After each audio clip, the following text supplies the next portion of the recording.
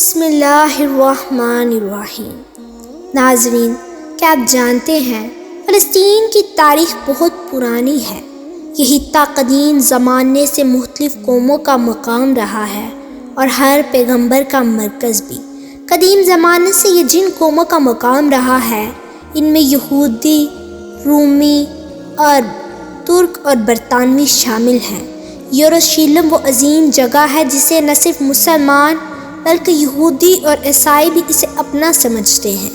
فلسطین کی تاریخ ہمیشہ سے یروشلم اور مسجد اقصیٰ کی وجہ سے آج بھی لکھی جا رہی ہے۔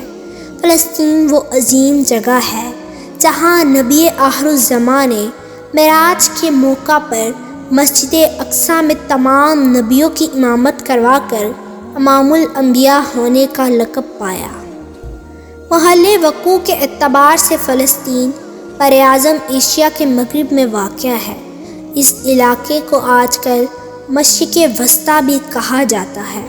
شمال میں لبنان اور جنوب میں حجر القبا اور مصر اور مشرق میں شام واقع ہے، اور اردن سے اس کی سرحدیں ملی ہوئی ہیں۔ فلسطین کا رقبہ 28,000 کلومیٹر مربع میل پر واقع ہے۔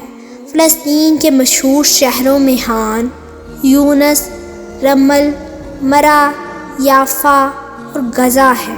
مزید القدس بھی شامل ہے۔ اسرائیل نے اپنا دارالخلافہ بھی یافا میں بنایا ہوا ہے، جبکہ پہاڑی سلسلوں میں نابلس، رمل، حلیل اور القدس کے پہاڑی سلسلے شامل ہیں۔ حلیل پہاڑ کے دامن میں حلیل شہر آباد ہے، جس کے بارے میں کہا جاتا ہے کہ حضرت ابراہیم علیہ السلام یعنی خلیل اللہ مدفون ہے۔ کہا جاتا ہے فلسطین کے سب سے اونچا پہاڑ جبل طور ہے، جس میں بیت المقدس کا علاقہ آباد ہے۔ مسجد اقصیٰ بھی اسی شہر یعنی بیت المقدس میں واقع ہے۔ کہا جاتا ہے 300 سال قبل المسیح جب بنی اسرائیل کی قوم حضرت موسیٰ علیہ السلام کے ساتھ مصر سے نکلی، شام کے راستے سے ہوتے ہوئے سرزمین القدس کی طرف بڑھتی آئی۔ حضرت موسیٰ علیہ السلام نے حکم دیا کہ بیت المقدس میں داخل ہو جائے، جیسا کہ قرآن میں ہے، اے میری قوم، ارض مقدس میں داخل ہو جاؤ جسے اللہ نے تمہارے لیے لکھ دیا ہے، اور میدان سے الٹے پاؤں نہ پلٹ جاؤ کہ خسارے والوں میں سے ہو جاؤ گے۔ لیکن بنی اسرائیل نے نافرمانی کی کیونکہ وہ جنگ کے لیے تیار نہ تھی، اور کہا تم اپنے اللہ کے ساتھ جاؤ اور جنگ کرو، ہم یہاں آرام کرتے ہیں۔ اس نافرمانی کی وجہ سے ان لوگوں پر اس مقدس سرزمین میں 40 سال تک داخلہ حرام کر دیا گیا اور انہیں صحرا میں قید کر دیا گیا۔ وہ صبح سے لے کر رات تک چلتے، سو کر اٹھتے تو واپس وہی موجود پاتے۔ اسی دوران حضرت موسیٰ اور حضرت ہارون علیہ السلام کی وفات ہوئی۔ یہ میدان طیہ تھا۔ پرانی نسل کے ختم ہونے اور نئی نسل کے آنے کے بعد ہی انہیں آزادی ملی۔ نئی نسل جس کی سربراہی یوشع بن نون علیہ السلام کر رہے تھے، یہ بھی پیغمبروں میں سے ایک پیغمبر ہیں۔ انہوں نے نئی نسل کو بیت المقدس میں داخل ہونے کا حکم دیا۔ اس سرزمین میں داخلے کے وقت ریحا کے مقام پر جھڑپ ہوئی، اور ان کو شکست دینے کے بعد یہ لوگ بیت المقدس میں داخل ہو گئے۔ حضرت یوشع بن نون علیہ السلام کی وفات کے بعد طالوت اور پھر حضرت داؤد علیہ السلام نے ان کی سرپرستی کی۔ حضرت داؤد علیہ السلام کے بعد ان کے فرزند حضرت سلیمان علیہ السلام نے یہاں حکومت کی۔ حضرت سلیمان علیہ السلام، جن کے معجزات میں سے سب سے بڑا معجزہ یہ تھا کہ اللہ تعالیٰ نے شیطان کے علاوہ اپنی تمام مخلوقات ان کے تابع کر دی تھی۔ حضرت سلیمان علیہ السلام نے مسجد اقصیٰ جنات سے بنوائی تھی۔ یہ بھی ایک دلچسپ اور علم و حکمت سے بھرپور واقعہ ہے جو میں انشاءاللہ پھر عرض کروں گی۔ جیسا کہ میں نے عرض کیا کہ شیطان کے علاوہ تمام مخلوقات حضرت سلیمان علیہ السلام کے تابع تھی، جبکہ شیطان کو بھی اللہ تعالیٰ نے 3 دن تک حضرت سلیمان علیہ السلام کے تخت کے ساتھ باندھ دیا۔ حضرت سلیمان علیہ السلام کے بعد فلسطین 2 حصوں میں تقسیم ہو گیا۔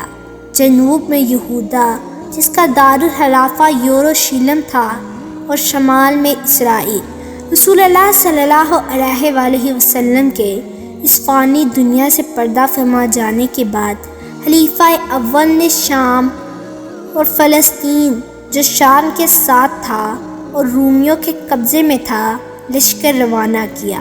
اس لشکر کے سپہ سالار حضرت اسامہ بن زید رضی اللہ تعالیٰ عنہ تھے، جنہوں نے بہت دور تک پیش قدمی کی اور اردن کے قریب پہنچ گئے، لیکن مدینہ میں مسلمانوں کے درمیان اختلاف کی وجہ سے یہ لشکر واپس بلا لیا گیا۔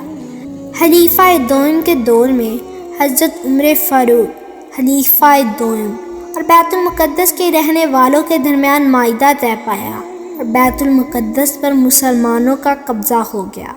بیت المقدس کے عیسائیوں نے یہ طے کیا کہ وہاں کے یہودیوں کو رہنے کا کوئی حق نہیں ہوگا، اور اس کے بدلے میں عیسائیوں نے جزیہ دینا قبول کیا۔ مسلمانوں کے قبضے کے بعد وہاں کئی قبائل سکون پذیر ہو گئے، اور کچھ ہی عرصے کے بعد یہ خطہ ایک عرب ریاست کے طور پر ظاہر ہوا۔ عباسی دور حکومت میں فلسطین عراقائی حکومت کے ماتحت رہا، اور بنو عباس اور بنو امیہ کے درمیان جنگ ہوئی جو اسی علاقے یعنی فلسطین کے اندر لڑی گئی۔ اس جنگ میں عباسیوں کو فتح حاصل ہوئی، اور حاتمیوں کی سلطنت کے بعد یہ حصہ مصر کی سلطنت بنا، اگرچہ ترکوں کی سلجوق سلطنت ایشیا صغیر، شام اور فلسطین تک پھیل گیا تھا۔ فلسطین پر سلجوق کا قبضہ بھی رہا، لیکن انہوں نے قبضہ چھڑا لیا اور اپنا قبضہ بحال کر دیا۔ 1088 میں یورپی پادریوں کے اکسانے پر 1.5 لاکھ عیسائی مختلف ممالک سے فلسطین روانہ ہوئے، اپنے عقیدے کے مطابق، تاکہ حضرت عیسیٰ علیہ السلام کی قبر مسلمانوں سے چھڑا لیں۔ حضرت عیسیٰ علیہ السلام کا تعلق بھی بیت المقدس سے ہے۔ ان عیسائیوں کے راستے میں آنے والے مسلمانوں اور مسلمان شہروں کو تباہ و برباد کر دیا گیا۔ مسلمان طاقت اور مال کی کمی کی وجہ سے یہ جنگ نہ جیت سکے، اس وجہ سے بیت المقدس عیسائیوں کے قبضے میں چلا گیا۔ پھر آخر 1291 میں سلجوقی جنگ اختتام کو پہنچی۔ صلیبیوں کے خاتمے کے بعد 1088 میں جو عیسائیوں کی ریاست تھی، 1518 میں جب عثمانی سلطنت کا دور تھا، تب عثمانی سلطنت نے مصر پر قبضہ کیا، اور بیت المقدس یعنی فلسطین بھی ان کے قبضے میں آ گیا، اور 400 سال تک یہ حصہ سلطنت عثمانیہ کا حصہ بنا رہا۔ 18ویں صدی عیسوی کے آخر میں نیپولین حملہ کرتا رہا۔ مصری عہدیداروں کی وجہ سے عثمانیوں کی طاقت یہاں کم ہو گئی، اور مصری عہدیداروں نے نظام اپنے ہاتھوں میں لے لیا، اور آج فلسطین کا یہ حال ہے۔ 20ویں صدی میں غداروں کی وجہ سے سلطنت عثمانیہ کا خاتمہ ہو گیا اور تمام ممالک علیحدہ ہو گئے، لیکن یہودی یعنی اسرائیل آج بھی فلسطین پر ظلم کے پہاڑ توڑ رہی ہے۔ یہودیوں نے 21 اگست 1969 کو مسجد اقصیٰ کو آگ لگا دی، جس نے مسلمانوں کو بہت درد پہنچایا۔ اس دردناک واقعے کے بعد OIC عمل میں آئی، یعنی آرگنائزیشن آف اسلامک کنٹریز۔ تمام اسلامی ممالک ایک ہو گئے۔ اس کا پہلا اجلاس جدہ یعنی سعودی عرب میں منعقد ہوا۔ مسجد اقصیٰ مسلمانوں کا قبلہ اول ہے۔ مسلمان پہلے کعبہ کی بجائے مسجد اقصیٰ کی طرف رخ کر کے نماز ادا کرتے تھے۔ UN یعنی یونائٹڈ نیشن یعنی اقوام متحدہ میں تمام مسلم ممالک نے یہ ظلم و جبر روکنے کی بھرپور کوششیں کی، مگر کچھ نہ ہوا۔ فلسطینی کئی سالوں سے ظلم و جبر کا شکار رہے ہیں۔ حماس فلسطین کا ایک شہر ہے جس کے رہنے والوں نے اسرائیل پر حملہ کر کے فلسطینیوں پر ہونے والے ظلم کا بدلہ لیا ہے۔ اسرائیل نے فلسطین کے شہر خان یونس اور غزہ پر بمباری شروع کر دی ہے، جس میں کئی فلسطینی شہید ہو رہے ہیں اور زمینی کارروائی بھی شروع کر دی گئی ہے۔